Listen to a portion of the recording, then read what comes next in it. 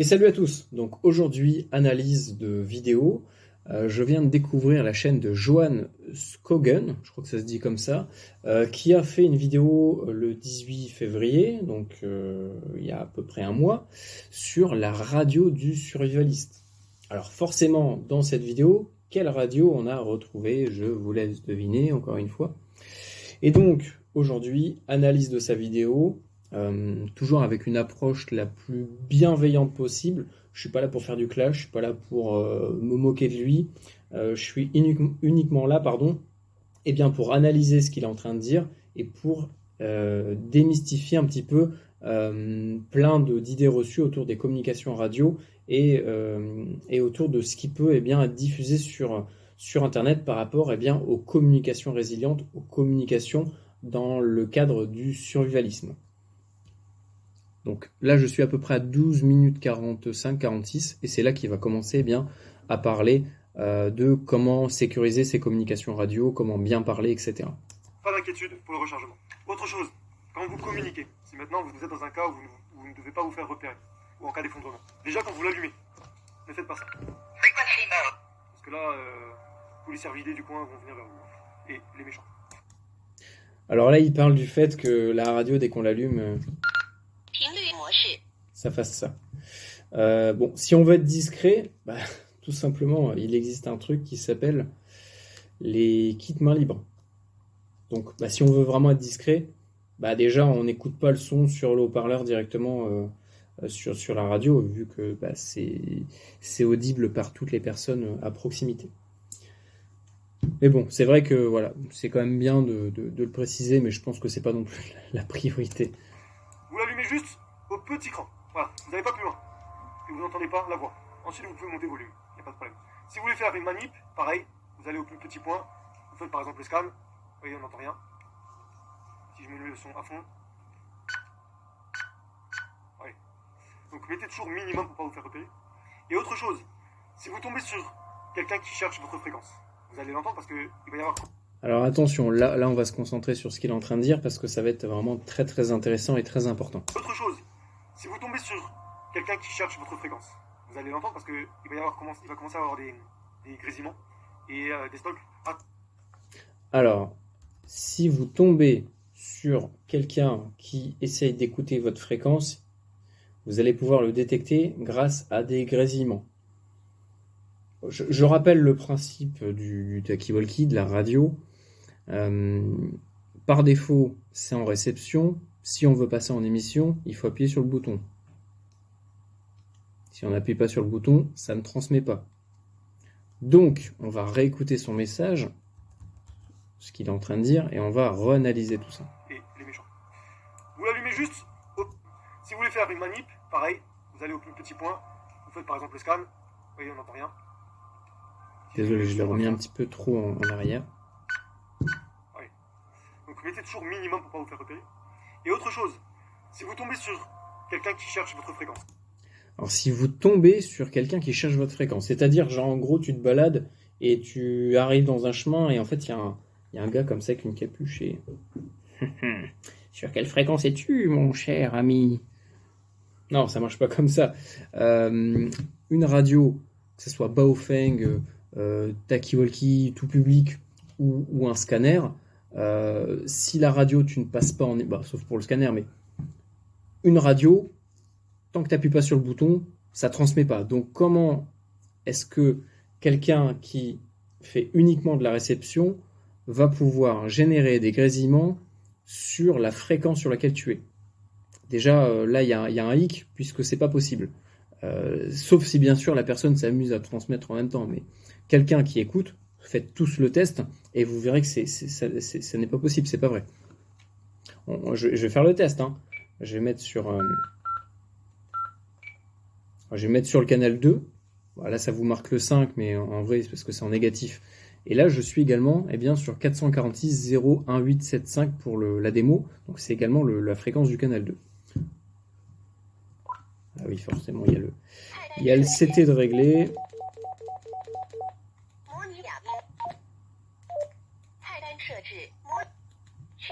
Donc voilà, j'ai désactivé le CT. Et là, on voit que ça fonctionne, que ça reçoit la communication. Si je teste dans l'autre sens, 1, 2, 1, 2, 1, 2, 1, 2, 1, 2, 1, 2, vous voyez que ça reçoit la communication. Si je suis uniquement en écoute, là on est d'accord que la radio, elle reçoit cette communication-là. Bon, je la touche pas. On est d'accord que il y a aucun grésillement. Alors, je vais mettre le son à fond. Hein. On est d'accord qu'il n'y a aucun grésillement sur la radio. Parce que pour qu'il y ait un grésillement ou quoi que ce soit, il faut que moi sur ma radio, il faut que j'appuie sur le PTT. Sinon, il n'y a pas d'émission. Enfin, c'est tout à fait logique en vrai. C'est un bouton pour parler. Si tu lâches, ça peut pas transmettre si tu n'appuies pas. À part si tu as réglé le Vox. Et quelqu'un qui est intelligent et qui veut t'écouter discrètement, il a aucun intérêt. Il a que des désavantages à s'amuser à transmettre sur ta fréquence. Donc déjà, au niveau de l'écoute, c'est impossible. En plus de ça, si vous partez sur un scanner, alors là, c'est même impossible de faire de l'émission avec cette radio. C'est juste un récepteur. Donc, c'est pas possible non plus. Le grésillement, lorsque quelqu'un vous écoute, non, c'est totalement faux. C'est pas vrai. Vous allez l'entendre parce qu'il va commencer à avoir des grésillements et des stocks. À ce moment-là, vous mettez un cadre avec votre partenaire, avec votre binôme. Vous prenez un carnet et vous notez toutes les fréquences possibles. Vous n'allez pas mettre les fréquences crescendo. Par exemple, sur un carnet, je vais marquer fréquence 0,35. Au-dessus, je vais mettre 0,42. Au-dessus, je vais mettre 0,23. Il faut vraiment que ce soit aléatoire. Donc là, ce qu'il propose, c'est pas bête. C'est pas bête, mais c'est pas bon. Ça rime. Alors, effectivement, faire un carnet avec, je sais pas moi, moi c'est ce que je fais. Par exemple, j'ai des fréquences qui s'appellent orange, jaune, fromage, yaourt. Ça a l'air bête comme ça, mais si la personne ne connaît pas la fréquence que vous avez programmée sur le canal fromage, dès que tu dis sur les ondes, passe sur canal fromage, les gens qui ne savent pas sur quoi tu passes, ils peuvent pas t'écouter. Le souci, c'est que lui, il reste sur les 16 canaux PMR 446. Donc, en fait, quoi que tu fasses, code ou pas code, ou grésillement, pas grésillement, si tu parles sur un des 16 canaux PMR, n'importe quel gamin avec un simple talkie-walkie à 20 balles, qui peut faire le scan ou non, il peut le faire manuellement, mais sur celle-là, si je lance le scan avec le bouton, vous voyez que ça scanne les 16 canaux. Donc, si quelqu'un parle sur un des 16 canaux pendant que je suis en train de scanner, la radio va s'arrêter dessus et je vais entendre la communication. Donc, même en changeant l'ordre des fréquences et des mémoires, ça ne changera absolument rien, vu que vous allez rester bloqué sur les 16 canaux PMR. Donc ça n'est pas vrai. Et le truc, c'est que dès que vous allez voir que vous êtes repéré, vous vous dites un petit mot de passe qui correspond à « on est repéré », vous coupez, vous allez sur la fréquence que vous avez mis en place avec votre binôme. Alors ça, par contre, c'est pas bête. Fixer un code avec un langage bien à vous, que les autres ne connaissent pas, bien sûr. L'idée, c'est pas de le diffuser. Donc, je sais pas, moi. Si, par exemple, moi, avec mon clan, on fixe le mot Awaka, j'ai n'importe quoi. Awaka, ça veut dire attention, ennemi repéré, j'ai n'importe quoi. Et que Iwiki, ça veut dire tout va bien. Eh bien, si tout le monde a soit le tableau sous les yeux ou soit connaît par cœur ce code, ce langage, eh bien, vous savez que quand votre collègue, quand votre binôme vous dit Awaka, ça veut dire qu'il y a un risque. Donc, ceux qui écoutent, même s'ils ont votre fréquence, même s'ils savent où vous êtes, s'ils entendent Awaka, ils savent pas que en fait ils ont été détectés. Alors que si vous faites ennemi repéré devant moi à 200 mètres à côté de la dune, là c'est mort. Tout le monde sait que vous les avez repérés et justement ils peuvent prendre une longueur d'avance pour vous avoir encore plus. Donc le fait de fixer, de définir un langage, des codes, ça pour le coup c'est pas bête. Par contre l'ordre des canaux et des fréquences, ça n'a aucun intérêt. Ça vous permet de voyager dans les fréquences sans vous faire repérer, tout en gardant une échelle non régulière. Donc les gens ils vont pas commencer à aller à la fréquence au-dessus pour voir s'ils peuvent vous retrouver. En fait, c'est même pas qu'ils vont aller sur la fréquence d'au-dessus ou pas, c'est qu'en fait les radios, tu appuies sur scan et ça lance un scan. Donc il n'y a même pas de... je vais pas me dire, en fait il faut que la radio elle scanne la fréquence d'en dessous. En fait elle scanne tout et elle cherche pas à comprendre. Et s'il y a quelqu'un qui parle sur un des 16 canaux, moi je vais l'entendre. Donc ça, c'est n'importe quoi, c'est pas vrai. Par contre, ce qu'il a dit d'intéressant, on va le réécouter. Repérer tout en gardant une échelle non régulière. Donc les gens... Une échelle non régulière. Donc l'irrégularité, le fait que ça soit aléatoire, ça par contre c'est très intéressant au niveau de la sécurité parce que justement, les personnes qui vont essayer de casser notre code, de casser nos communications radio, de les craquer en gros, si ils voient qu'il y a une régularité au niveau du décalage, au niveau de quelque chose qui revient, c'est ce qu'on appelle un pattern, eh bien, ils vont très facilement pouvoir casser le code. Donc, si vous voulez un minimum sécuriser vos communications radio, ne soyez pas régulier dans la logique. Il faut que ça soit illogique, aléatoire. C'est ce qui va faire eh bien, que ça sera quasiment incraquable, incassable au niveau eh bien, de la fiabilité de vos communications radio. Donc après, l'idée, eh bien, c'est d'avoir par exemple plusieurs fiches. Au moins, même si eh bien, un de vos collègues perd sa fiche ou se fait capturer par X ou Y personne pour X ou Y raison, eh ben, vous savez que cette fiche-là, elle est périmée. Il faudra plus eh bien, l'utiliser pour communiquer, mais il faut passer sur une nouvelle qui a une autre logique, enfin non, pas de logique, mais un autre code qui lui-même est aléatoire en fait, et ne va pas pouvoir être craquable, sauf si bien sûr la personne tombe sur la fiche. Donc ça c'est pareil. Moi ce que je vous recommande, des trucs tout simples, mais ne diffusez pas les fiches via Internet, via des réseaux. On ne sait jamais. Moi je vous recommande de la faire à l'ancienne. Vous prenez une table avec des feuilles en papier, des stylos, et vous notez. Et vous les recopiez entre vous, comme à l'époque, quoi. Il n'y avait pas de photos, il n'y avait pas d'Internet, parce que les photos, Internet, l'informatique, ça veut dire des risques potentiels au niveau de la sécurité. Donc, il peut potentiellement y avoir des fuites au niveau de vos dossiers, et au final, quelqu'un peut tomber peut mettre la main sur tous vos codes et comprendre toutes vos communications radio. Voilà, donc c'était un petit peu les conseils que je voulais vous donner. Ils ne vont pas commencer à aller à la fréquence au-dessus pour voir s'ils peuvent vous retrouver. Ça va être totalement irrégulier, donc impossible pour eux de vous retrouver. D'accord ? Ça, c'est un bon moyen de... Alors non, ça sera impossible pour eux de vous retrouver, je viens de vous le montrer. Hein. Là, je suis sur le 2 sur les deux radios. Si, imaginons, je règle celle-là sur, j'en sais rien, moi, le 10, le 11, allez, tiens. Le 11, et que celle-là, je la mets sur le canal 1. Ok ? Encore une fois, c'est toujours pareil. Je transmets avec celle-là est en scan. Voilà, j'ai trouvé la fréquence. Et même si c'est pas régulier, on va attendre que ça relance le scan.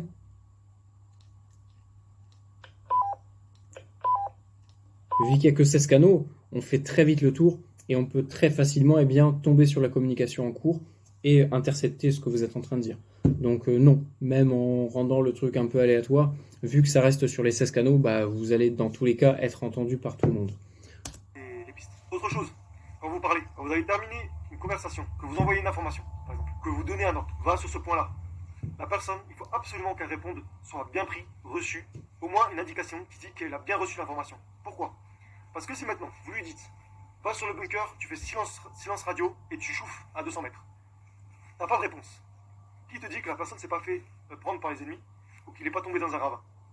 Donc la personne va te dire, bien pris, donc ça veut dire qu'elle a reçu l'information, elle va sur place, sur position, et c'est bon. Et après, si maintenant il y a quelqu'un qui vient pour le prendre, vite une pression et ennemi en vue. Et là, vous savez que la personne elle est en danger. Des mots très simples, rapides. De toute façon, dans la radio, il faut être toujours très basique, simple. Tout simplement parce que parfois, la communication peut être très très mauvaise. Donc, il faut employer des mots audibles, simples, avec des syllabes simples. Alors oui et non. Le souci, c'est que la sécurité, c'est comme tout. C'est contraignant, c'est chiant. Parce que plus on veut un niveau de sécurité élevé, et plus les protocoles seront stricts et compliqués à comprendre, à mettre en place et à appliquer. Alors qu'à l'inverse, des communications non sécurisées vont être très faciles, puisqu'on va juste se mettre sur n'importe quelle fréquence, parler et attendre et dire ce qu'on a à dire. Donc, il faut que ça reste effectivement facile, compréhensible facilement, je veux dire au niveau de l'audition, au niveau des mots qu'on dit. Je pense que c'est ce qu'il voulait dire, mais moi je l'ai compris d'une autre manière. Donc il faut que ça soit facilement compréhensible au niveau de la parole, mais que ça ne soit pas facilement compréhensible au niveau de l'action. C'est complètement différent. Il va falloir, il faut bien séparer le message, la communication, la bulle du message et le message en lui-même qui est contenu à l'intérieur. Et donc on peut encapsuler dans un message qui paraît banal des trucs sensibles et secrets. Comme à l'époque, pendant la Deuxième Guerre mondiale, on avait sur les ondes courtes des messages qui étaient envoyés soit des résistants à d'autres résistants, soit des résistants à l'Angleterre, soit de l'Angleterre aux résistants eh bien, des messages codés. C'était soit à travers des livres, soit à travers eh bien, des codes morse qui étaient dissimulés dans de la musique, ce genre de truc. Eh bien, c'est la capsule qui est autour du message final, le vrai message. Et je n'aime pas les crêpes Suzette, ou je sais plus qu'est-ce que c'était, les carottes sont cuites par exemple. Bah, le message, c'est les carottes sont cuites. Ça ne veut pas dire que vous êtes en train de faire cuire des carottes et qu'elles sont cuites. Ça veut dire qu'il y a quelque chose qui est en prévision et que selon les codes qui ont été définis à l'avance, donc ça, soit ça peut être par exemple pris dans le sens inverse de la phrase. C'est des petits exemples, ce que je vous donne.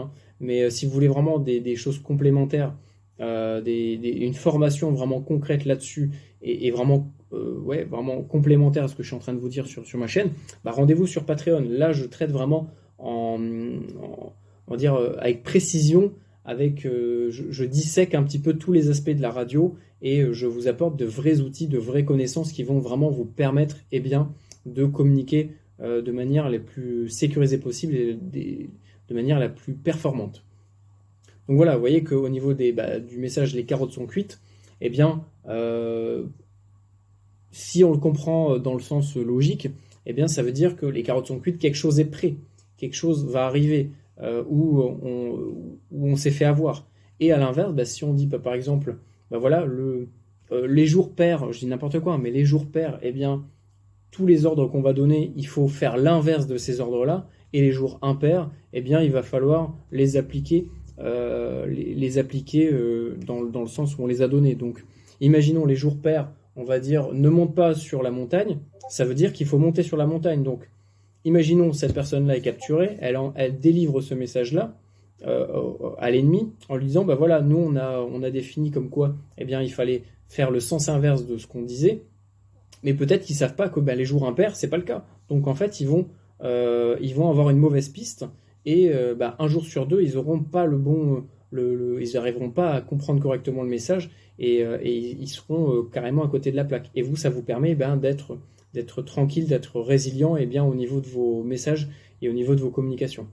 Donc voilà, vraiment, si c'est un domaine qui vous intéresse, parce que c'est un domaine qui commence un petit peu à être abordé sur Internet, mais je trouve que ça reste trop en surface et que les gens qui en parlent, pour la plupart du temps, je ne dis pas que c'est tout le temps, mais dans la plupart des cas, ce sont des gens qui ne maîtrisent pas du tout ce sujet-là. Et donc, ils ont tendance à dire un petit peu, pas n'importe quoi, mais presque, comme là, on est un peu sur de la légende urbaine, c'est-à-dire que si la personne vous écoute, ça grésille. D'où ça grésille en étant en réception. S'il n'y a pas d'émission, il n'y a pas de grésillement, donc c'est pas possible. Donc voilà, moi c'est un domaine que je maîtrise plutôt bien. Je suis dans la radiocommunication depuis plus de 10 ans. C'est un domaine que je commence à vraiment maîtriser. Donc voilà. Moi, sur mon Patreon, je vous propose tout simplement les bases déjà à connaître au niveau des communications radio, de comment bien choisir son matériel, les critères à prendre en compte. En fait, c'est comme n'importe où, c'est comme dans n'importe quoi, c'est comme un véhicule, c'est comme un outil de défense, c'est comme tout en fait. Et il va y avoir des critères, il va y avoir des objectifs recherchés, un résultat, des performances, et ça, ça change selon le matériel, et vous n'aurez pas forcément le même besoin, le même matériel, que ce soit pour des communications familiales le dimanche ou pour des communications de crise durant un effondrement. Donc voilà, moi ce que je vous propose, c'est vraiment pour 3 euros. 3 euros, c'est quoi? C'est même pas le prix d'une pinte. Vous avez une formation complète. Progressivement, je mets du contenu sur mon Patreon, et j'aborde plein de sujets différents. Déjà, je ne serai pas uniquement axé que sur les communications radio, mais c'est vraiment un gros sujet sur lequel j'aimerais vraiment faire un très gros éclaircissement pour justement vous donner les vrais outils, les bons outils pour vous en sortir. Voilà, donc c'est une contrepartie. En échange de 3 euros par mois, moi je vous mets à disposition mes connaissances, mon temps pour vous aider dans votre préparation. C'est pas le jour J comme là où vous allez être en forêt à communiquer en clair et que n'importe qui va pouvoir intercepter vos messages, qu'il va falloir se dire tiens, ça aurait été bien que je me forme aux communications radio. Ça sera déjà trop tard. Donc il faut prendre de l'avance, et ça aussi être prévoyant, c'est prendre de l'avance et ne négliger aucune facette de la préparation. C'est-à-dire que les communications radio, j'ai l'impression que c'est trop vu comme quelque chose de second plan, de seconde zone, comme si c'était pas vraiment important, alors que justement, eh bien, dans la plupart des cas, c'est dans les communications, que ce soit en général ou les communications radio, eh bien, qu'il y a une faille que eh bien, les gens malveillants vont exploiter pour justement vous faire du mal, tout simplement. Et là, en ce moment, on le voit dans le conflit actuel qui se passe entre les RES et les UKR. Eh bien, on a d'un côté une armée équipée avec des radios sécurisées numériques, et de l'autre côté, on a eh bien, une armée qui utilise du Baofeng à 30 balles chinois. Et ça fait toute la différence sur le terrain, parce que eh bien, d'un côté, leurs communications sont sécurisées, ils ont un vrai niveau de sécurité, et de l'autre côté, eh bien, ils ne sont pas du tout sécurisés, donc n'importe qui va pouvoir intercepter eh bien, les signaux, va pouvoir même les localiser, va pouvoir savoir eh bien, ce qu'ils sont en train de faire, ce qu'ils comptent faire, et donc vont pouvoir prendre de l'avance et mettre à mal leur plan. Et c'est ce qui est en train de se passer là depuis le début de ce conflit. Et ça, c'est avant tout grâce ou à cause des communications radio, parce que ça a été négligé, et au final, eh bien, d'un côté, un certain pays a su être résilient par rapport à ça et prévoir et être équipé en conséquence, et de l'autre côté, ils ont pris un petit peu ce qui venait, le truc le moins cher, et au final, ils se retrouvent eh bien, enlisés, c'est le cas de le dire. Voilà. Donc la préparation, les communications radio, ça ne s'improvise pas. On ne s'improvise pas quelqu'un qui maîtrise expert en communication radio. Je ne dis pas que je suis un expert, mais je commence à bien maîtriser ce sujet-là. Et donc moi, je vous propose vraiment eh bien, mes connaissances pour quelques euros. Voilà. Si vous aimez bien aller au bistrot, si vous aimez bien fumer des clopes, eh bien plutôt que d'acheter un paquet de clopes, eh bien vous me payez 2 mois d'abonnement et vous avez toutes les connaissances à votre disposition. Voilà, c'est pas compliqué. Et plutôt que d'aller boire un café dégueulasse en terrasse ou d'aller boire une bière, vous venez sur mon Patreon. Et là, je vous donnerai toutes les clés pour eh bien, que ce soit aussi bien pour de l'émission, mais aussi pour de l'écoute. Donc, comment faire de l'interception de signaux, comment localiser quelqu'un. Et pareil, dans l'autre sens, comment se prémunir, comment prévoir une interception et comment se protéger contre une localisation, par exemple, de notre émission. Enfin voilà, il y a plein de facettes qu'il faut prendre en compte, mais ne croyez pas que c'est quelque chose de très banal, de secondaire. Pas du tout. Bien au contraire, les communications, c'est la base de la société, c'est la base de l'organisation, les communications. Donc s'il n'y a pas de communication, il n'y a pas d'organisation. S'il n'y a pas d'organisation, c'est le chaos. Et si c'est le chaos, vous êtes en danger. Donc voilà, si vous ne voulez pas être en danger, moi je vous donne les solutions. Prenez soin de vous et puis n'hésitez pas, si vous avez d'autres compléments, même des vidéos à me proposer que je pourrais potentiellement analyser, n'hésitez pas, je le ferai avec grand plaisir. J'essaierai de le faire bien sûr avec toujours une bienveillance et vraiment analyser concrètement, sans langue de bois, vraiment des cas concrets comme ça de gens qui diffusent des infos sur Internet, ou même si vous avez des croyances autour de ça, n'hésitez pas à poser vos questions. Allez, prenez soin de vous et je vous dis à la prochaine. Salut!